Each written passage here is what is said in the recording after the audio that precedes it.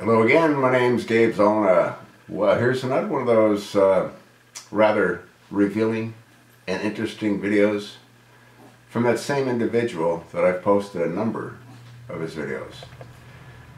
Here's what he writes.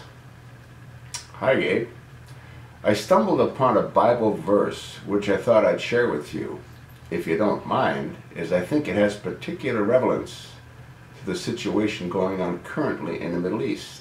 It relates, again, to the whole ISIS versus ISIL naming confusion, which clearly exists in our media. First, I apologize if I've put too much emphasis on this issue already, and it's been nice that you've been willing to discuss and share the topic with your listeners.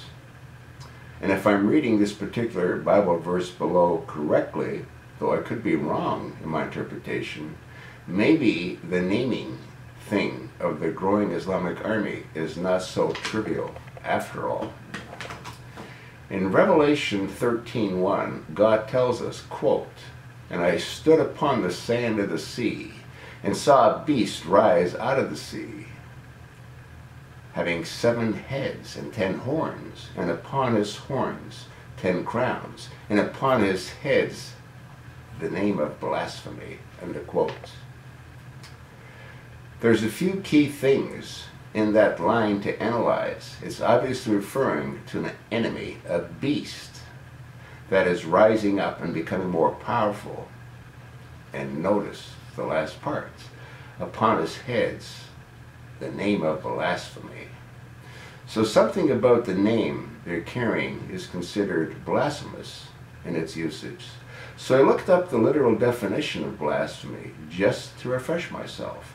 And blasphemy is, quote, the act or offense of speaking sacrilegiously about God. So we know that in the end times that the rising enemy, led by the beasts, is proudly brandishing a name which somehow shows visible disrespect to God. What we already learned recently, that the use of the name Levant, an Arabic word supposedly, is an insult to God. And why, parenthetically, I refuse to call it by the name. Obama calls it, and he's aggressively pushing the new name to the press and the public. In clever ways, it is an insult to God because the Levant, as the landmass, assumes that Israel does not even exist, and that the whole territory is exclusively Islamic. And do the math.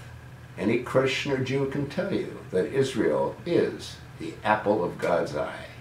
And he gave that land specifically to the Jews. Despite Obama's rhetoric, when he calls ISIL the enemy, it's code. Every time he references it, he's using the Muslims in essence. I'm not your enemy.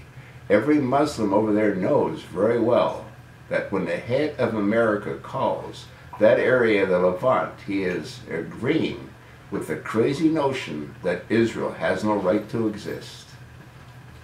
Most Americans, and newscasters for that matter, don't have a clue about the subtlety. My guess is that soon everybody on Fox is going to be calling it the blasphemous name, ISIL. I think Chris Wallace does already. My opinion is that you can now clearly see whose side you're on by which name the person references the territories.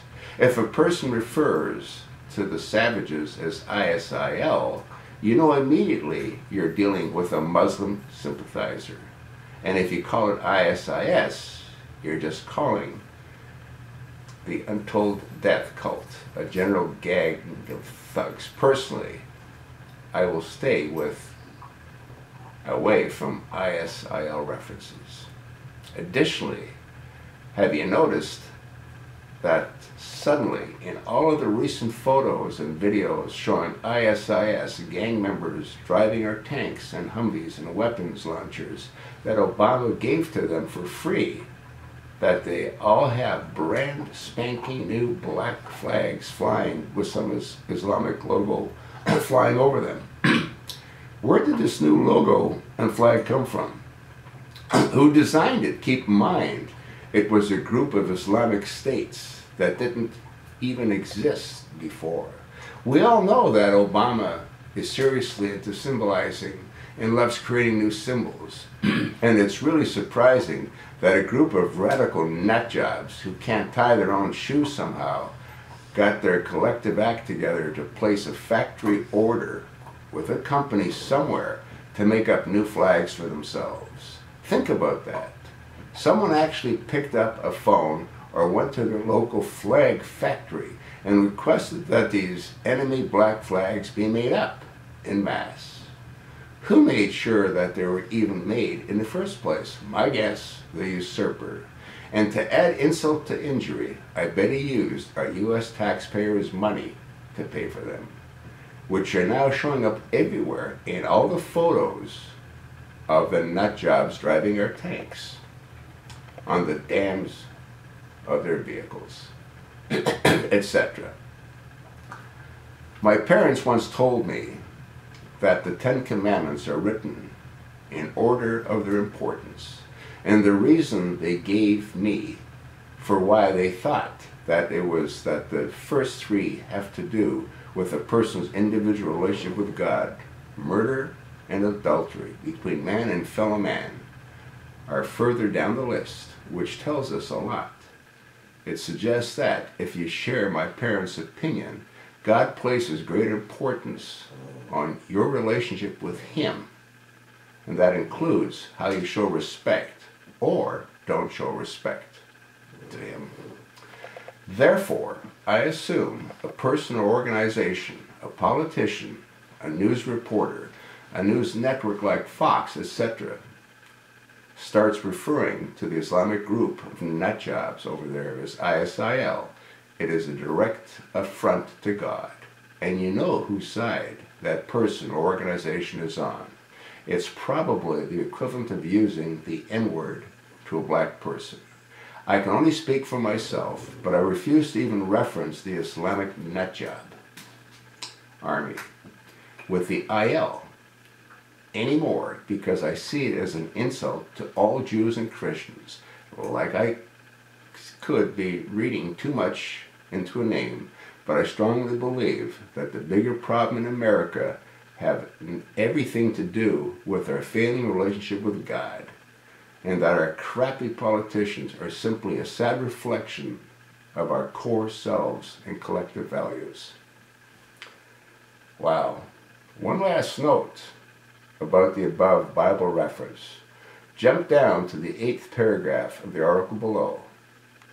It's about Kerry and his statements this week. There's a link which I will attach. The key thing to note within that article, and the reference was in other news sources too, is that Kerry is recognizing that there are specifically 10 Arab countries involved here, supposedly united in this current effort. Now go back to the Bible reference, to 13:1 above, where it references 10 horns. Could those 10 horns actually be referencing 10 Arabic countries? Horns being a barb or an aggressive, combative irritant. Could it be 10 Arabic countries coming together under one unrelated flag that has something in its name which is considered blasphemous? I don't know if that's a stretch, but I think the Bible line has an eerie similarities to what's going on today. Keep up your great videos. I've noticed your average daily count grows at a quicker pace, so you must be adding viewers. For that, I congratulate you. Wow. Can this individual not only write, can he logically explain what needs to be explained? Can you now understand why Obama refers to ISIS as ISIL, he's insulting God. And he's sending a message to the Arab world that he's with them. He sent that message clearly since the very first day that he stole the Oval Office. I've made videos on his first phone call. His first phone call was to the leader of Turkey. Is Turkey a friend of America? I don't think so. Turkey is the distribution point that Obama used to ship weapons throughout the entire Middle East. That I have no doubt killed, crippled, and maimed American servicemen and women. This is the Commander-in-Chief. Wake up, America. And as far as my viewer, I can't even begin to thank you for what you provide to me that I in turn am able to provide to my viewers. I don't do what you write, true justice. You know why? I don't have a teleprompter. Thank you, Will. Thank you for what you do. Thank you for the effort that you go to try to wake the American people up. I can't thank you enough.